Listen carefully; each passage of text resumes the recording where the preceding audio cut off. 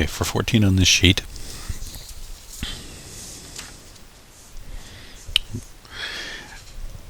this is the only one on the sheet that is not asking you for the limit as x approaches infinity. So this is the only one not asking for an end behavior. So this is going to go back all the way to like the first week of the course, where if we're approaching an actual value that's here as x approaches 4 of this, then for the limit exists, both one-sided limits have to exist and they have to agree on the same value. So here I just kind of sketched it out so you can see a little bit better. As we approach 4 from either side, they're going to infinity or negative infinity, which that means the limit doesn't exist, but they're not even going to agree with each other. But regardless, the limit can't exist because of that asymptote there. Okay. For the other question about obliques, I'm going to go through 15, but then we'll do some other examples because this is super messy, and you'll see it in a second. So here is an end behavior that they're asking for here. They're saying this limit. So what you should notice if you're looking for end behaviors is you could use that general rule that you had based on the degree of the numerator and the degree of the denominator. There is a higher degree in the numerator, which means there is potential for an oblique asymptote. Okay, it's not guaranteed. We'd have to go and do some long division in order to see it or factor it. So I've gone through and I've done the long division here, which is super messy because there's lots and lots of fractions, which is saying that this function the way it is going to start approaching this asymptote, which if you want to use Desmos you can in order to see what it looks like, but this is some quadratic asymptote, which is actually pretty cool if you sketch it out. And then there's this remainder, and the remainder part is telling us that there is actually an asymptote here. If there was no remainder, then this would have divided in evenly, and we would have had most likely some function that didn't have an oblique asymptote to even worry about, and we'll see that in an example in a second. So what that means here then, if I want to find the end behavior as x approaches infinity for this thing, then it's going to start approaching this, but I am going to be, here, let me rewrite it like this. That means that 5x cubed plus 2x minus 1 over 4x plus 7 is actually equal to this stuff that we got.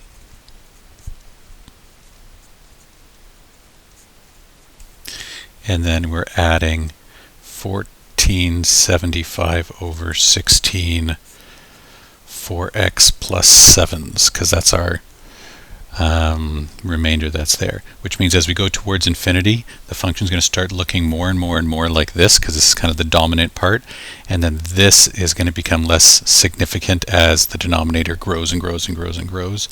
However, as we go towards positive infinity, this is a positive number.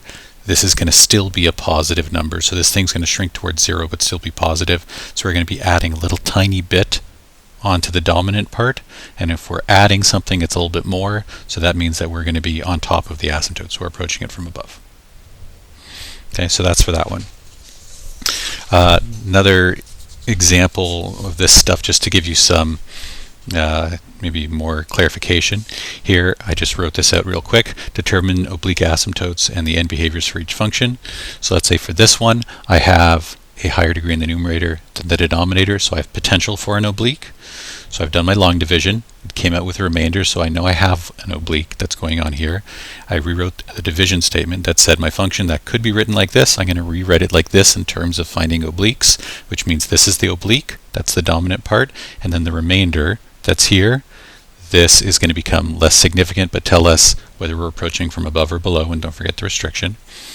So towards positive infinity of my function, that means that this is the same thing as the limit as x approaches positive infinity of what I just rewrote it as.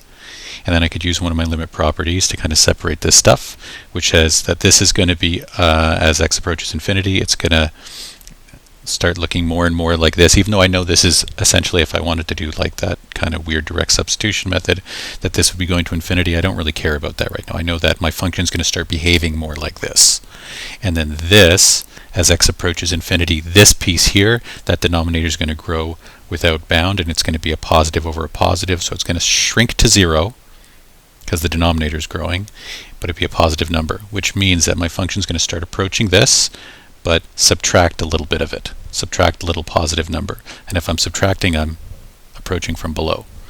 Same kind of idea over here, except towards negative infinity. This is going to become a small negative number, which means that as I go towards negative infinity, it's going to start approaching the dominant part, but I'm going to be subtracting a negative, so I'm really going to be adding a tiny little bit, so I'm approaching it from above.